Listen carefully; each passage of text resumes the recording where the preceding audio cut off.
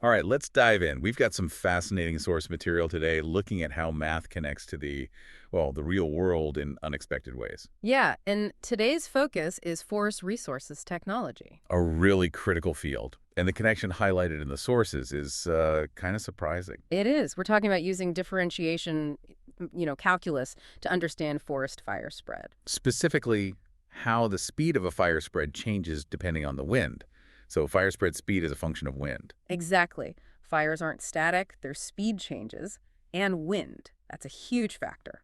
So if you, the listener, are maybe studying differentiation and integration right now, or remember it, this deep dive is really going to show how these concepts aren't just textbook exercises. Not at all. They are genuinely vital tools out there. Okay, so let's unpack that.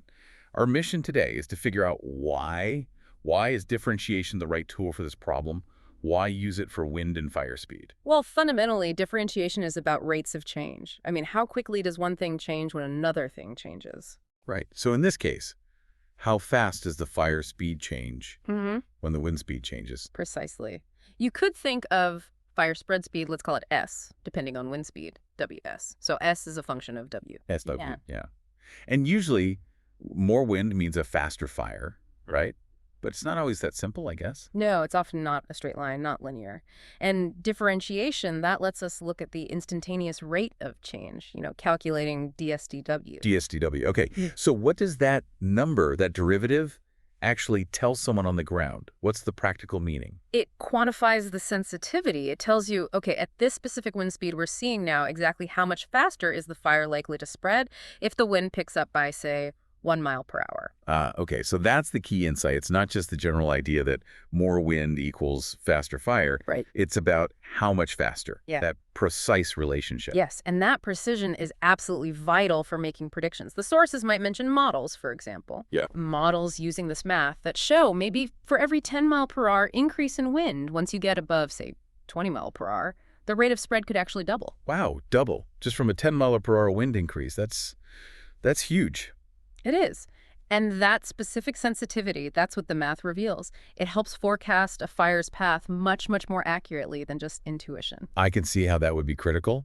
Understanding how responsive the fire is to the wind, that helps decide where to send crews, maybe issue evacuation warnings. Absolutely. Resource allocation, safety planning, it all benefits. Now, obviously, other things matter too. The fuel type, the slope of the land, humidity, Simplex. vary. But differentiation helps isolate and quantify the specific impact of the wind within those complex models. It gives a more nuanced picture than just simple observation. So for you listening, this really shows that those techniques from calculus class, like finding a derivative, they have direct, potentially life-saving uses, protecting resources, communities.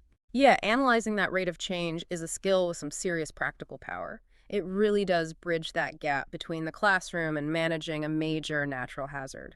Understanding fire spread speed as a function of wind using differentiation. It sounds like a cornerstone for modern wildfire modeling. It absolutely is. Okay, so to sort of wrap this up, the main takeaway here is that differentiation isn't just some abstract math concept. Definitely not. It's a real tool. Yeah. Used right now in fields like forest resources technology to model and understand how things work in the real world, like how wind really drives the speed of a forest fire. And being able to model those rates of change, how quickly things shift, is just crucial for understanding and hopefully better managing these really powerful events. It gives you critical insights for safety, for strategy. So here's something to think about as we finish.